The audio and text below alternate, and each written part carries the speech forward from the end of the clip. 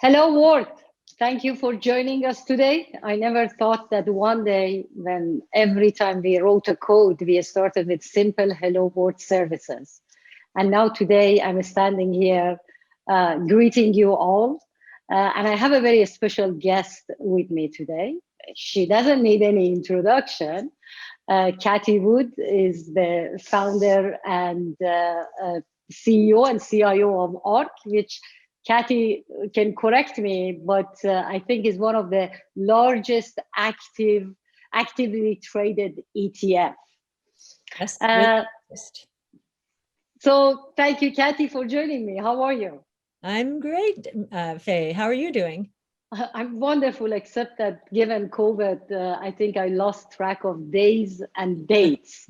Yesterday, I sent a message to everybody and said, looking forward to seeing you tomorrow, May 25th. So I was living in the past and future at the same time. Oh, you're becoming very versatile. Yeah, I guess I was in the metaverse universe at the same time. So let's jump into real questions today. We have received, by the way, hundreds of questions. Some of them is integrated into the brainstorming conversation that we have. Some of them we're gonna allocate time to them at the end of this call.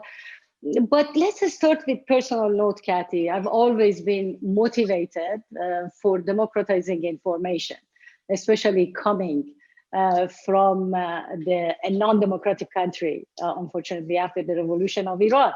That's why I started companies. That was my passion in how to put the technology in the heart of it. What's been your personal motivation story? Why did you want to democratize investment? Well, I felt the first thing I wanted to do was in some way disrupt financial services with the technologies that I had seen disrupt other industries. And it turned out that social media was a big one. And I've also, my father is, both my parents are from Ireland, and I could tell they felt excluded from the world of innovation, being able to invest in it. And a lot of it happening in the private world. And my father was a design engineer on radar systems, and he just knew that there were some huge opportunities out there, but that he would not have access to them. And I thought, wow, why not combine this desire to use technologies to advance financial services? I say disrupt, but it's really advancing the financial services industry, open up a research ecosystem, share our research, our first principles research, give it away so that we can engage with the communities we're researching, the innovators. I just thought it was going to be a win-win from so many angles. And I have to tell you, I'm really surprised at how quickly it took off. Now, I say that for the first 4 years, we practically did nothing. But then we were ready to scale. When the market was ready for us, we were ready for the market. And so it's been a convergence, I would say, of many desires. Wonderful. That's actually an amazing story, and you've done it, as you said, which actually. So you just said it. For the first 4 years, you didn't do much, but then it took off, right? And in many of your discussions, you talk about this, we're being in a unique period of history. Yes. So you saw some indications.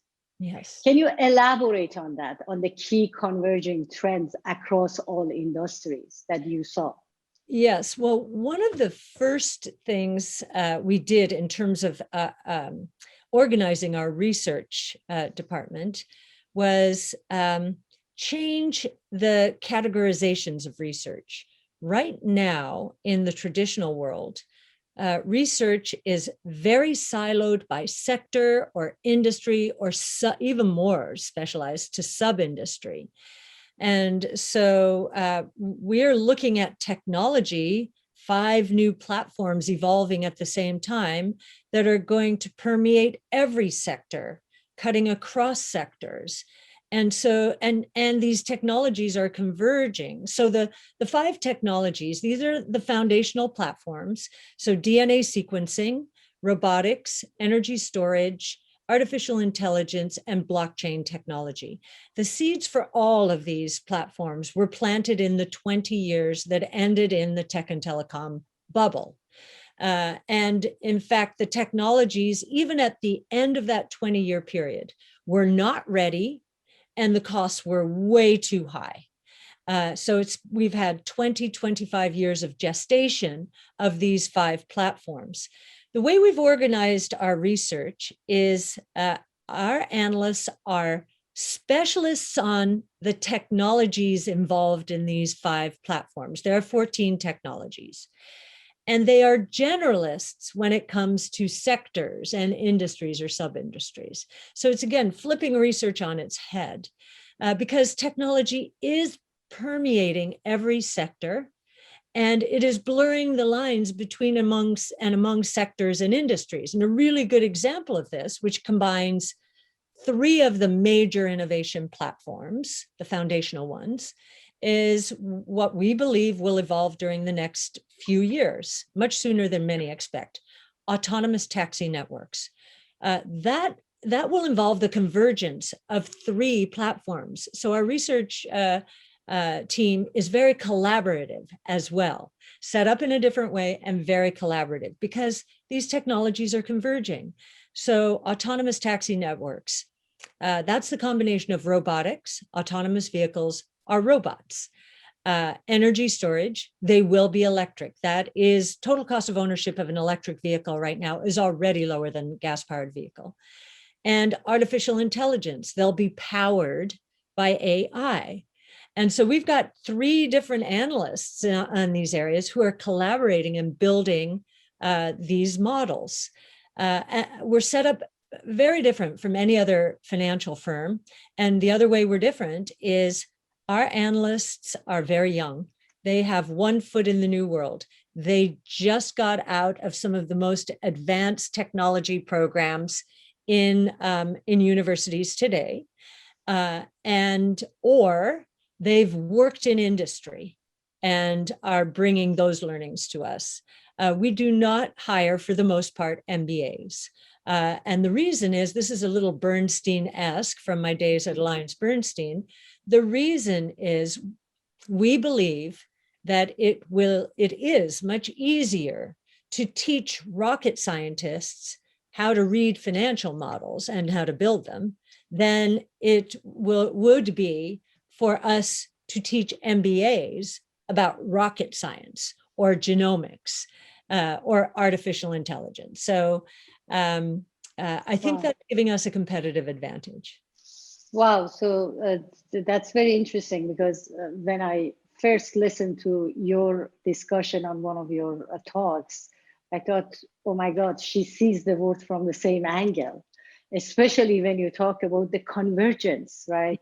The horizontal platforms. Yes. And the same way that research is fragmented, and you kind of came up and created a collaboration in the area of research, the same way applications, I mean, when people are thinking about innovation, they need to think outside application. They need to think about horizontal systems, because when you talk about taxi, when you talk about, an AI and robotic are coming together with connectivity, it's very hard to think in one vertical sector, isn't it? It's, Absolutely. the solutions are, we can't think about applications anymore. It's like the solutions are interacting with each other. Yes, they are. And that's what makes this time, from a research point of view in the financial world, somewhat difficult. It's why we've had so much trouble convincing our counterparts and colleagues in the financial world that Tesla is not an auto company. It's that, but it's so much more. It's robotics, it's energy storage, it's artificial intelligence, software as a service, and cloud. So much more. And it embodies this convergence of technologies. This is a very difficult concept for auto analysts who have grown up on the internal combustion engine as the heart and soul of the industry, and are thinking about electric vehicles cannot possibly, as foreign territory, and now they're getting with the program. But this idea of autonomous, really, I don't know one auto analyst who believes that that's possible.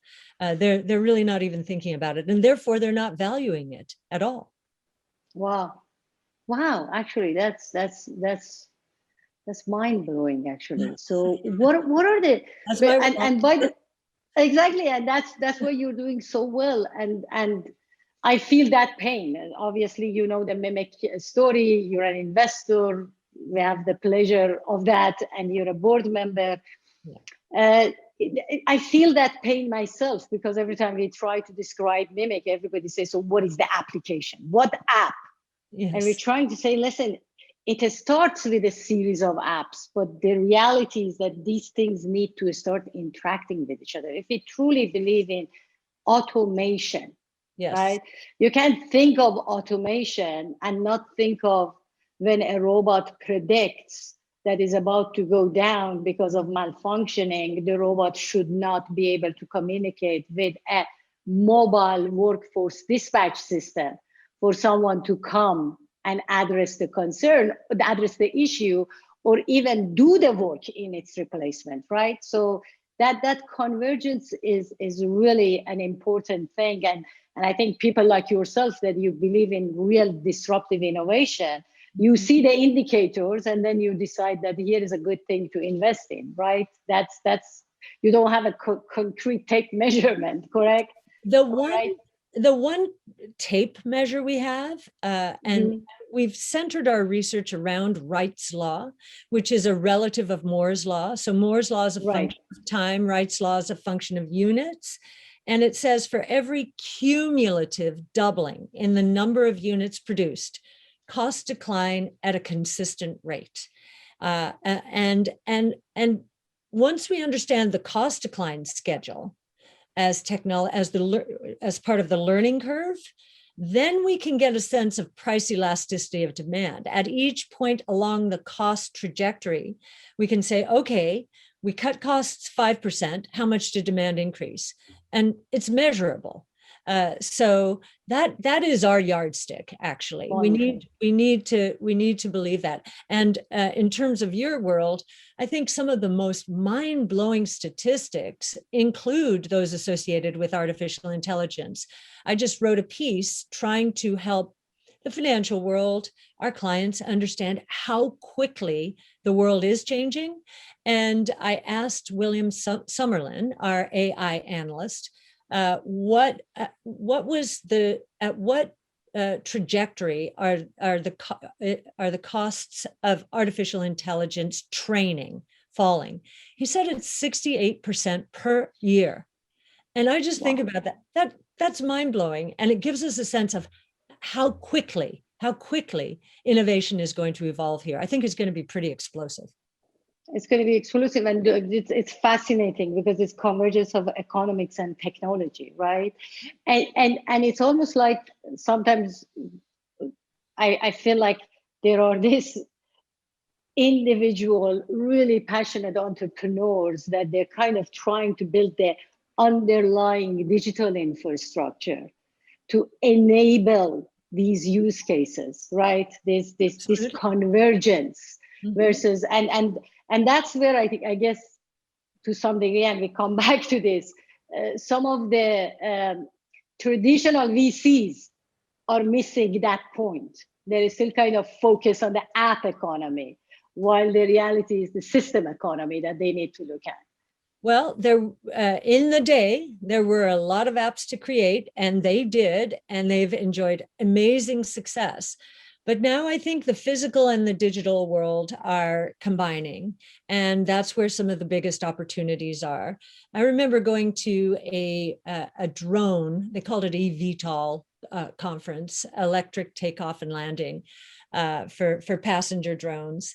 And I remember being there for 2 days, and at the end, the last session was the VC session. And after 2 days of watching the miracles that are starting to occur in that space, basically the VC said, No, too heavy in terms of fixed assets. Not our cup of tea. And what I like about that is, okay, then it's not a crowded space. Then there's a lot of money to be made there, if some of the innovators out there are right. Wow. Wow. And we're seeing the indications of some of that, right? We're actually looking and we're seeing spots almost. But what you're saying is that instead of a fragmented experience, it's going to be a cohesive continuum experience, right? Yeah. That's where you can put a border between them. Yes, absolutely. Right. And, you know, I know that you were at the digital art, it was an art gallery show of digital art involving artificial intelligence. And what I learned from the creators there, as we are moving towards really rewarding the creators for their creations, is that world is becoming very collaborative and generative. So I think those two words we're going to see and hear a lot more. It was fascinating. And one of my messages to the artists when I was asked was, you know, how do we help others? I said, well, just keep up that collaborative generative and it will pull more creators into your ecosystem. It'll be a win-win. So we're not siloed and working alone anymore. We're actually building on each other's strengths. Absolutely, collaboration, because the key message that yes, in that virtual art gallery that Angela Dalton and yourself, Signum and Arc, you launched it, and I'm sitting watching that. It was an amazing job that Angela did, and you guys did. And I'm sitting there and I'm saying, okay, so especially I think it was one of the artists that thought it was August, I think that was his name. Mm-hmm. And he talked about how he creates the digital art, and it's a collaboration, layers of layers behind it. And then he created digital artists, AI-driven digital artists. Yes. And these digital artists are now doing the work. And I'm sitting there and I'm thinking, okay, under the digital artist or digital AI, under the digital art, there are these individual digital artists. Under that, there are creators of AI. Under that is this knowledge exchange that constantly collaborating. And I'm thinking, oh my God, you know, so the developers are artists as well, because they're creating and contributing to creating this notion of microservices, you know, this notion of collaboration between these things. So the economy is like, so now gonna evolve around every contributor. And at the same time, as we contribute, we're producers as well. Right. And so this is how we consumers too, sorry. Sure. Yeah. This is how we set up our research ecosystem. It is open. We are doing first principles research, original research around rights law and all of these new technologies, and we are giving it away not when it's finished, as it's evolving. Why are we doing this? We want to engage with these communities, the communities who are actually making this happen, and we want pushback. We want them to battle test our assumptions. We want them to find us wrong before the stock market finds us wrong. We want them to help us with our research. So it's the same thing. It's collaborative and it's generative. They're building on top of our research. Some professors take our models into their PhD programs, their graduate programs. For example, our autonomous taxi network platforms and modeling. Clemson University has used it in its automotive engineering graduate programs. All we ask is that they tell us, share with us any insights they have, and actually help us improve it or correct any assumptions that may not any longer be correct. So, yeah. Oh wow, yeah, absolutely. What are some of the maturities of the key trends? Like, where are we in the time scale of the maturity of some of these key trends? Well, we think we're ready for prime time for all 5 platforms. Again, they've been gestating for 15 to 25 years. And the way we know this is, again, because of where we are on the learning curves of these cycles. And the costs are still falling. So to give you a sense, electric vehicles have increased the last 2 years. I think it was 15% in 19 and 33%, think about that, in 20 during the coronavirus. Whereas gas-powered vehicles have fallen double digits in both years. And so we're ready for prime time. We sold 2.2 million vehicles, electric vehicles, in 2020. And we think that number goes to 40 million in 5 years. That's more than an 80% compound annual rate of growth. And the reason we get a lot of pushback on our research is, well, first of all, most research teams in the traditional world are not looking 5 years out as we are. That's our investment time horizon. And what they're looking at is the very low base right now of electric vehicles, 2.2 million out of rough 85 million total in the world. So hardly moving the needle. And so in the early days, linear growth and exponential growth look very similar. And for those who are just doing year by year analysis, they have one view of the world. For those of us who are looking out 5 years and looking at exponential growth, 80% per year, we see a completely different world. And so that's where we're capitalizing on inefficiencies in the market. So electric vehicles, DNA sequencing. I think last year, there were 2.6 million whole human genomes sequenced in the world, including China. And we believe in 5 years that will be at least 100 million. And that doesn't count the viruses, bacteria, crops, animals that we will also be sequencing. That's just humans. So that's ready for exponential growth. And we've hit liftoff because finally Illumina has re-entered the learning curve. They held it flat, and I think they hurt themselves competitively. Artificial intelligence, I think everyone's scrambling now. We're in the picks and shovels phase because I think most companies and industries understand that those with the biggest biggest bodies of data and the highest quality data and the best AI expertise are potentially going to run away with the market. And many people think, okay, you can say that with autonomous taxi networks, we get it. But even molecular diagnostic testing, the amount of genomic information being used today, stored computing power and so forth, coming out of DNA and other genomic sequencing is beyond the likes of anything we've ever seen. And so the molecular diagnostic testing companies who harness that data in the right way are going to be the first to figure out, what diseases people have and what therapies match up best with them. We would put in Vitae at the top of the lead table there. I think this idea of winner take most because of data, AI is going to hit us in surprising ways. And I think, the winners will be those who run as hard as possible now with these technologies, even if they need to sacrifice current profitability. And that's a very hard thing for the traditional financial world to understand. It's not difficult for us to understand. We see Tesla running away with the autonomous taxi network opportunity, whereas most analysts aren't even thinking about it.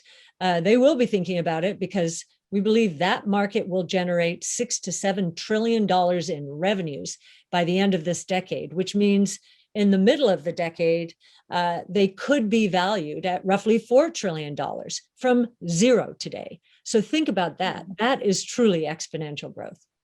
Wow. Fascinating in terms of massive amount of data, massive amount of compute, all connected, right? Mm-hmm. They each participating in this automation driven by AI. everywhere. And mhm. I was just I was going to say, go ahead. Sorry. I was just going to give a sense of the drama associated with the learning curves. So if you look at EVs, so battery pack systems are the biggest cost component of an electric vehicle.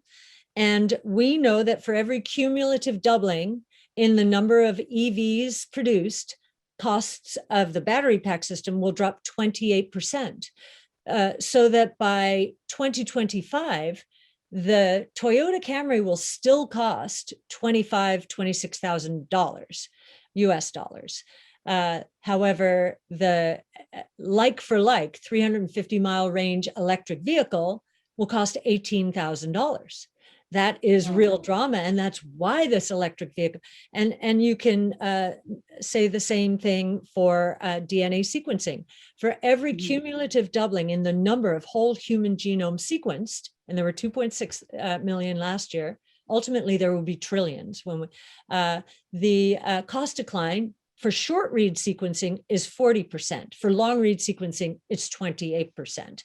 These are huge cost declines, and that's why we're ready for prime time. We've hit the sweet spot of the curve. So what we have here are S-curves, all 14 different technologies, S-curves all in moving into position. And then we have S-curves intersecting with other S-curves, this convergence idea. And I've tried to help our clients understand how important it is to focus on this. And the best way to do that, I think, is someone gave me this analogy. Imagine you're in the ocean and waves are colliding, right? What happens? Some ships move up, some ships sink, but the energy in the ecosystem is explosive. And that's why I think the growth rates are going to be explosive going forward. Yeah. Wow, Cathie, that's amazing. And that's actually every time I talk to you, I learn massive amount of things, and then I go and start researching things. But you pointed out Wright's law as your indicator that you use, and the measuring tape that you use, and then you're talking about the amount of data, the amount of connectivity, the amount of compute, which brings us to the Moore's law. Right, which the way that we're predicting it at Mimic is that Moore's law is never going to stop. The devices are going to become more powerful, and now compute is where the data source is, right? Which is that's why you can send all data to cloud to be processed. Every device at that same level of data production is a cloud of its own. Automations of the solution that are running there to process data, to create knowledge from data, and exchange knowledge amongst this compute that are available. Yeah, right. Collaborative, and generative. Really, those are two very important words. I will say, in terms of the semiconductor industry, Wright's law is actually working better in the semiconductor industry than Moore's law is, because of the slowdown in units that we've seen. Now, we think that what's helping the ecosystem that you just described, Fay, is a lot of software, AI being the biggest part of that. So we still see the world moving moving forward incredibly quickly from an innovation point of view, but it's also going to create a lot of we call it creative destruction. It's going to disintermediate and disrupt. So I think what's going to be interesting in the next few years is, if you look at nominal GDP, which is how we measure our economies, it's going to look pretty slow. And the reason is those statistics came out of the industrial age, and they're trying to catch up, but they're nowhere near caught up, and they're going to fall farther behind because of how quickly the world is moving. So you need to stay on the right side of change, and you'll see explosive growth. Watch out below, because the traditional world order is going to change. Yeah, I love that. That's actually what we talk about constantly. I call it the ecosystem tsunami. In fact, when I was running Vodafone, that's one of the things I said in a couple of interviews, that we're facing the ecosystem tsunami. The tectonics of the players are shifting and changing. Yes. The question is that how quick can large enterprise adapt to it, realize it, and who are the brave entrepreneurs that sacrifice everything, like the first generation of kind of internet providers, to really impact and change. And they're struggling through, convincing investors to invest and all that, right? That is really coming together from every angle. I think what will force change to happen more quickly in traditional enterprises is how quickly innovators are moving forward and actually threatening them. We're now starting to see this in the electric vehicle space. I was shocked at how, or I have been shocked at how long it's taken them, and they have these huge planning and strategy departments, how long it took them to understand that the electric vehicle market was not theirs. They would have to make giant leaps, completely different kinds of engineers, and moving into autonomous, away from human driven, a completely different mindset. So I think there's nothing like change, and fear of change, fear of being left behind, to bring enterprises along. Wow. And the economy, the next generation of digital economy, by orders of magnitude, is going to be larger than the first of mobile internet that we're facing it today, right? Yes. As a whole. Yeah. So in 2019, as we measure it, the market cap associated with disruptive innovation, and I mean truly transformative technologies, which are moving down learning curves or up learning curves, however you want to say it, costs coming down, they're cutting across sectors, they're launching pads for more innovation. That category of company accounted for $7 trillion in the global equity ecosystem. Last year, that number went to 14 trillion because the coronavirus created a lot of problems, and innovation, especially disruptive innovation, solves problems. So we had a double. Now we expect during the next 5 to 10 years that $14 trillion to go to $75 trillion or more. Wow. Yeah. Wow. So, yeah. And and we think it's going to account for most of equities appreciation for out there. What's interesting about that is most traditional investors are short innovation, and they don't even know it because they're using benchmarks, which are backwards looking. So we think the traditional benchmarks will be at a disadvantage, and innovation-based strategies will be the beneficiaries. Yeah, and so a couple of things. One note, when I say I was running Vodafone for the audience, I meant Vodafone Venture Incubation and Beta brand, which was Vodafone Zone, not the entire Vodafone. But what you're highlighting is that the necessity is the mother of all innovations, yes. right? In a sense that's where we're heading. And Yes. we're going to see all these changes coming down to the system. Somebody put a note here, and I'm going to read it. It says, "Killer app is that the edge-enabled and decentralized metaverse, which blends physical reality and digital reality by using hyper-connected devices and miners, organized in an ad hoc edge service mesh."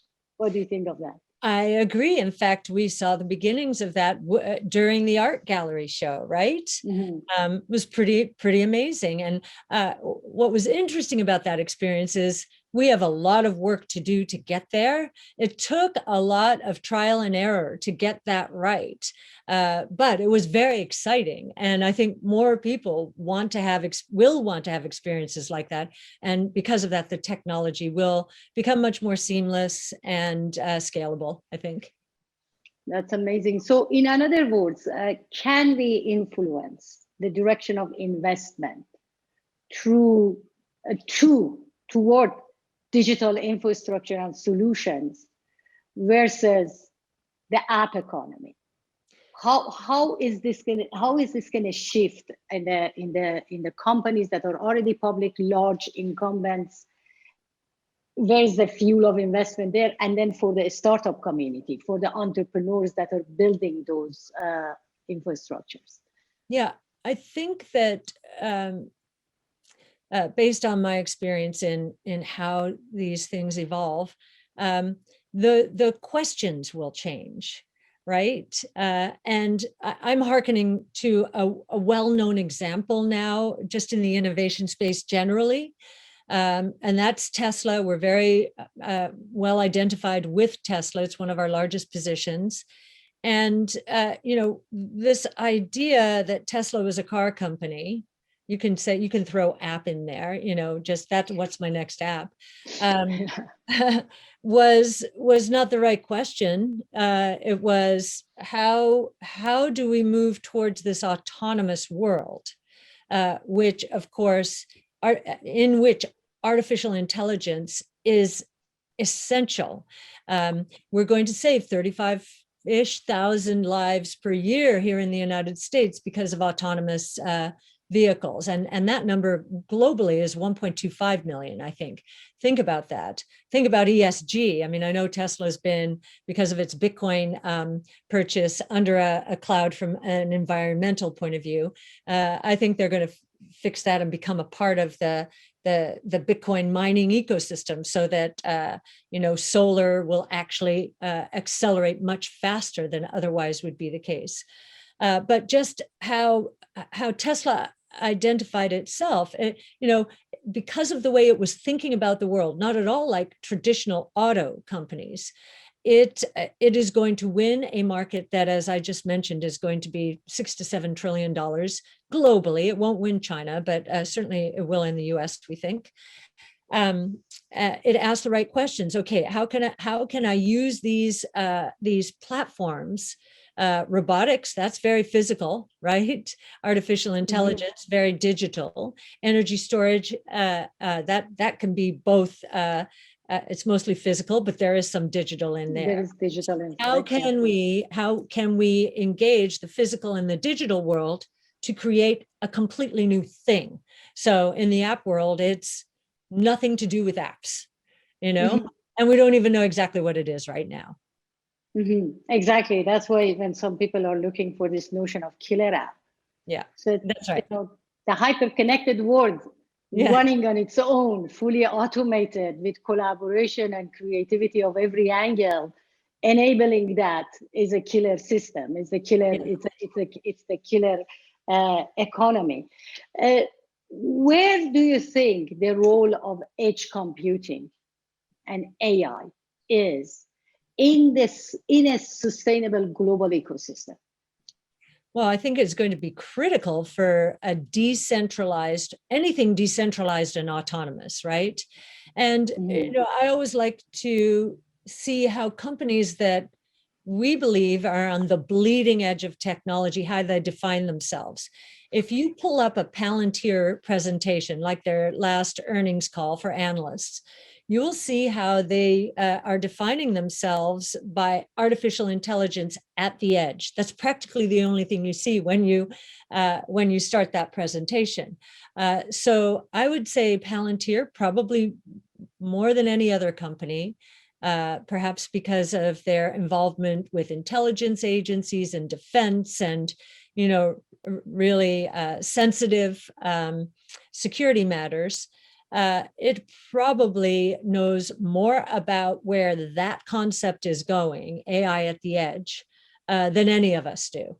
And so I will be looking to leaders like Palantir to help us feel our way through this new world. But I think they will push us there faster than otherwise would have been the case.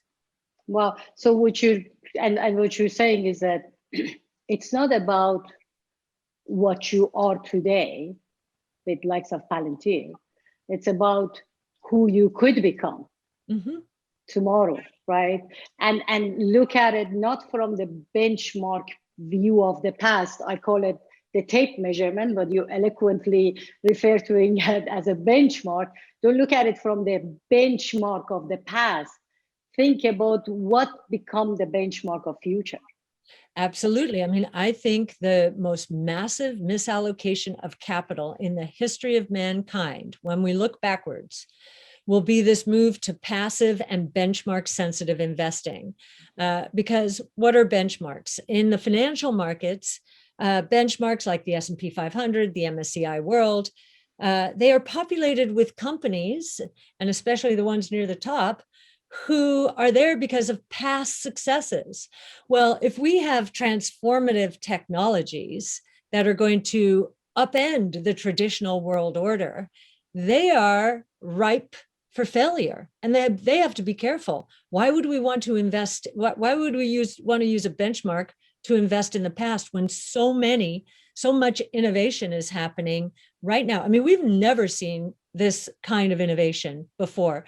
We've done a white paper on this topic, working with academic publications and academicians, trying to understand and define truly disruptive or transformative technologies.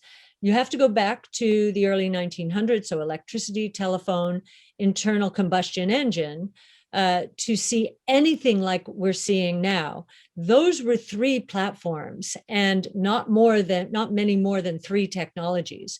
Right now we have 5 platforms and 14 different technologies. The world in 5 to 10 years is going to look nothing like it looks now. Absolutely. And you talk about, we talk about right now a lot about robotics and smart mobility and all that, but there are also, and the way we're going to reach more comprehensive solutions is also to address practical things that are missing today. I have elderly parents, and then it's tough. I have my father who's visually pretty much impaired. And I want to get a camera for their home that when my mom is leaving, it can stream content to me versus constantly creating a digital intrusion by sending information to cloud, And I looked at the market, didn't find anything. And then I'm thinking about how can I help my parents with their now this stage of the life. And what are the digital solutions out there? And then the next thing I know, I have to download 20 different applications. Yes. And it's not about one application doing everything. And again, it's about start creating the pieces of the puzzle of the ecosystem and creation of those interaction, which are things that can be done today. So I guess what I'm saying is that we have a view of advancement and where we're going, but there are things that we can do today and enable with this edge computing, edge AI, around these practical solutions that maintain our privacy and doesn't bring digital intrusion to our lives. Right. I think the best example of innovation solving problems came out of the coronavirus crisis. And that should become another one of our taglines, because how many times did I have to convince investors that the companies in our portfolios were going to solve a lot of the problems that had been created by the coronavirus? And as you say, monitoring and security, I think, is going to get a bigger bump once we all leave our homes again and start thinking about, safety and security of our homes. Absolutely. And I just want to make one more point, and then we jump into question and answer, because you talk about solar panel being part of the entire ecosystem of blockchain, and to the other side of the spectrum, when I'm looking at me in 10 years, I probably have a lot of connected hardware devices, right, around me, from my mobile phone to solar panel to car to refrigerator. Mm-hmm. And based on Moore's law, the computation capability of these devices are going to continuously increase. So in a sense, a cluster of me with a lot of devices around me can be part of the miners network as well. So I kind of create an economy out of the devices that I own myself. Absolutely. Absolutely. You'll become your own economy. Exactly, the economy of me, I call it.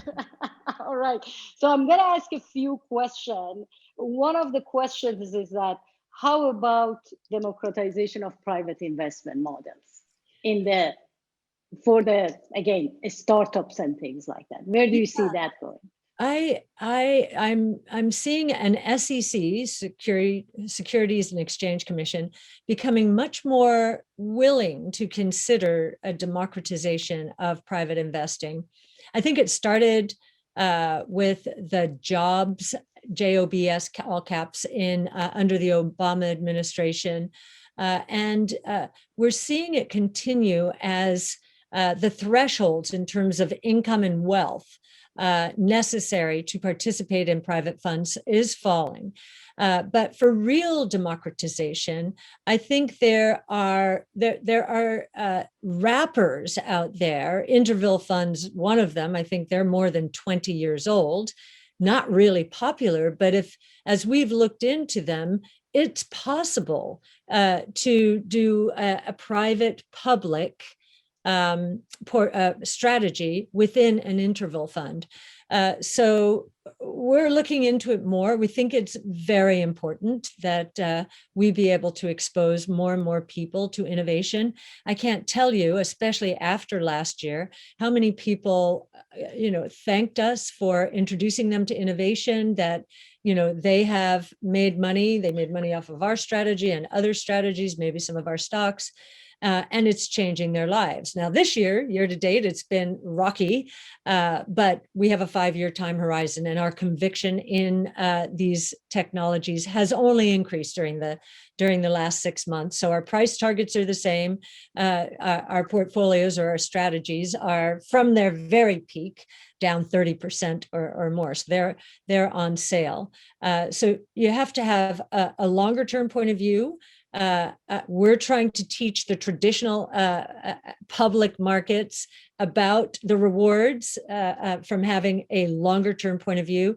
And we're looking for, whether it's a wrapper or, a regulatory blessing, for an ability to combine public and private. There should be no real distinction if there's a professional a portfolio manager managing the asset on behalf of clients who need to be well diversified. And this is another source of diversification. Wow. And that's actually, let me ask you this, because a lot of questions are coming in, that why did you invest in Mimic or become the board member of Mimic? What interested you there? If you can comment on that. They think that you would, yeah.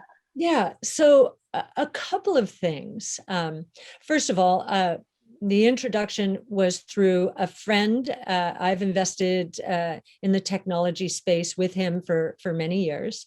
And so I knew from an integrity point of view that we had a really good starting point.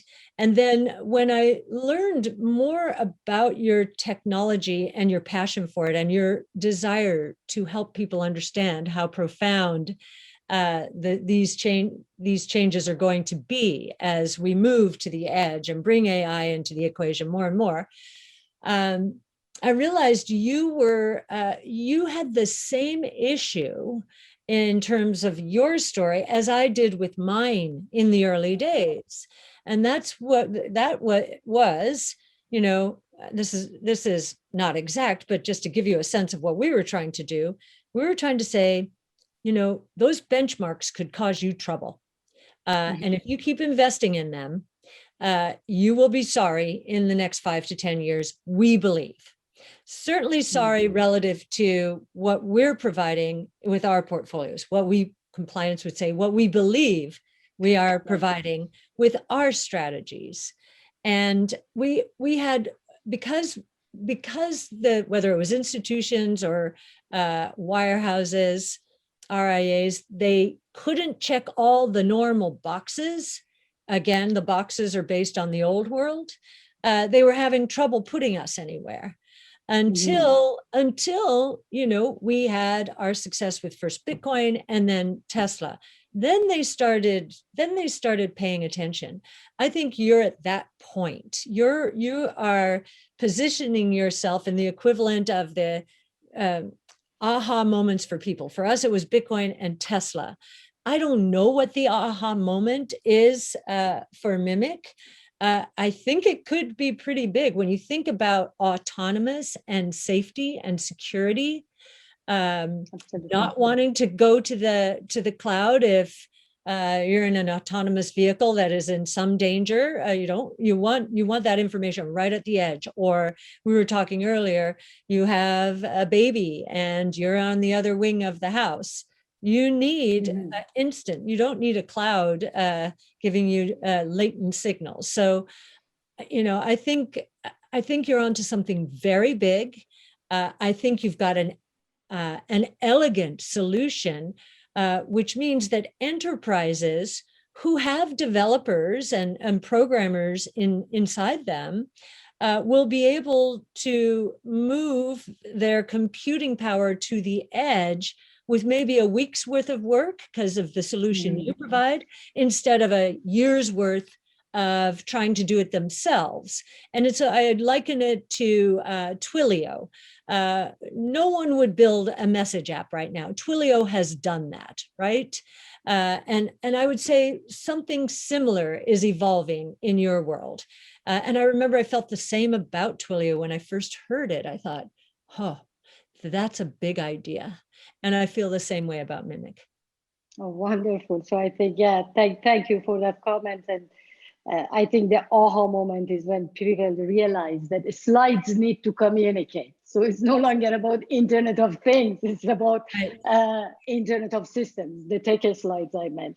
So one question is that what is your expectation for tech companies in the next coming 4 to 10 years? Well, those who are on the right side of change, we think will scale in the market from $14 trillion to $75 trillion. That is not a pie in the sky. We took each of the 5 platforms and scaled them to maturity, or to where we think they'll be. So that is not an idle. I'm sorry, the question was that's just the market cap we see associated. Basically, the question is saying, what is your expectation for tech companies in coming 4 to 10 years? How should tech company orient themselves? We talk about app economy. We talk about the massive amount of data. Yeah. How should they position themselves? I think many tech companies, now when you start, you have to focus. Absolutely. And so verticals is a good idea early on.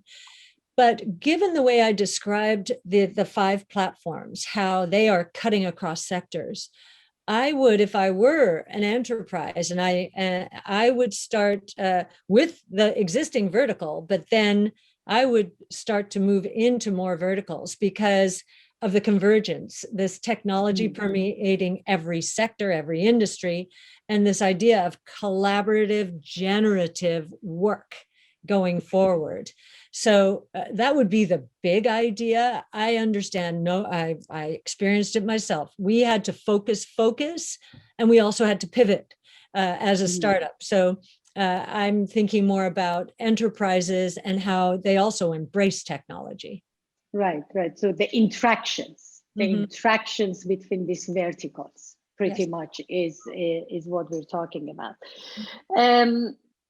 The other question is that the mindset of dynamic changes that need to align with expectations of tech and rights law. Any comment on that? It's the mindset. What is the barrier for investors to invest in those? Yes, I think the barrier in the traditional world, less the venture world. I think the barrier in the venture world is they got used to a world of really easy money around this network effect and apps and so forth. I think they have to reorient and also think about technologies cutting across sectors. And I think healthcare is a big one that they've been missing. I think the technology changes in healthcare are probably going to be more profound than anywhere else. But the barrier in the traditional world is the way it is set up. It's a very mature industry. And the middlemen and others collected a lot of tolls for years. So they developed an assembly line approach to investing that became benchmark, that became scalable, and they lost the plot because investing. In fact, when I was starting my company, someone not in our business, trying to process what I said I wanted to do, he said, "Oh, so you mean the future of investing is investing in the future?" Yes. Now it sounds sassy, doesn't it? It sounds yeah, but it's so swanky or true. whatever. But it's so true. But what has happened, it's this misallocation of capital towards benchmarks that are backwards looking at a time where we have more innovation going on at the same time than has ever been the case. And the reason it happened, I understand why it happened. Tech and telecom bust, 0809 meltdown, rush to safety, bringing in quantitative analysts. What do quantitative analysts do or researchers do? They worship at the holy grail of the benchmark. So it's backwards. If you look at what's called our active share, our overlap with the traditional benchmarks, it's not even 5%. And if you look at the QQQs, which many people associate with innovation, I think 42 or 44% of that as the FANGs and Microsoft. We don't own them for the most part in our flagship portfolio. And then another 25% is in industries that we think are going to be disrupted, and only the balance, so 25 to 30%, is in the truly disruptive space. So I think the box checking has been a big problem. A lot of people, you'll notice this year, have been watching us saying, we are writing for a fall, this is ARC, that we have created a new bubble, that our fate is to implode just like the tech and telecom bubble. And they're kind of rooting for it. And I'm not saying this is in a mean way, but they think there's a bubble out there. I love the fact they think there's a bubble. I think it's fantastic. I love the fact that so many people are worried about a bubble, because that tells me we're not in a bubble, right? And it does tell me when they do their research and look out 5 years, they'll say, oh my gosh, this is a huge opportunity. So I love, as an investor, I love the skepticism. I love the dynamic of this benchmark versus a portfolio of the future. And I also love the fact that even for those who decide to stick with their benchmarks, we can at least serve as a hedge against the failures that will be a part of those benchmark portfolios. Absolutely. That's actually amazing. It energizes us when people challenge us. It energizes us. We learn more, we discover more, right? We crystallize what we're all about. Yeah. We crystallize, yes. Absolutely, absolutely. And by the way, these are the questions that are coming from the audience. So I'm sorry if some of them, they're not as clear. One last question. We're 2 minutes to the hour, and I know your mobile phone is being pinged for your next meeting. We talked about mobile internet eliminating, I think mobile internet was eliminating the physical middleman and replaced it with digital middleman around click-through rate advertising business model. We're moving to a hyper-connected world. I believe that's an area that we kind of eliminating the digital middleman and replacing it with more direct exchange in hyper-local cluster between systems. What do you think is the business model of that is going to look like? Do we know, or is this something that we're going to explore and learn and slowly transition from SaaS, traditional SaaS, to something else? Well, it's certainly open source, I would say. And I will look at the DeFi world, decentralized finance, cutting out all the middlemen and, just letting the borrowers and lenders interact effectively together. You can get very creative around those models. And because of the efficiencies, you can you can pay so much more in the way of interest on savings because you've cut out so much of the costs, right? And the lenders can earn so much more in the DeFi ecosystem than they could in the traditional world, again, because there's just so much bureaucracy. And I think one of the greatest proof points for the world we're talking about here happened this weekend. So crypto assets, broadly defined, lost about $1 trillion. Like that, the market went down. It was cut in half, roughly. Right? The DeFi world, decentralized, open source, transparent, didn't skip a beat. Now, did some people who leveraged up too much, betting on, one thing or another, those with excessive leverage go down? Yes, they did.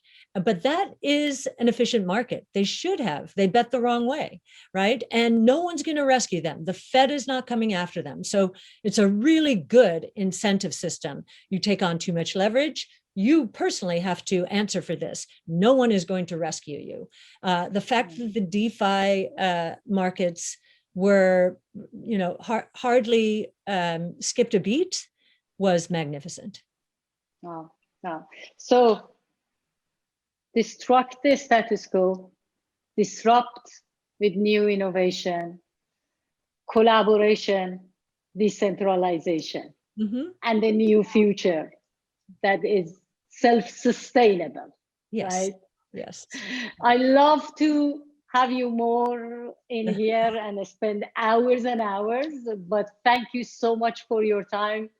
And thanks the audience for participating with great questions. We're going to continue some of these answers on probably blog. So thanks so much, and let's edify the world together, create a better future and more sustainable one. Very excited about that. Very excited, Faye. Thank you. And congratulations on all of your successes. Okay. Thank you so much. And likewise, thank you so much. Bye. Bye-bye.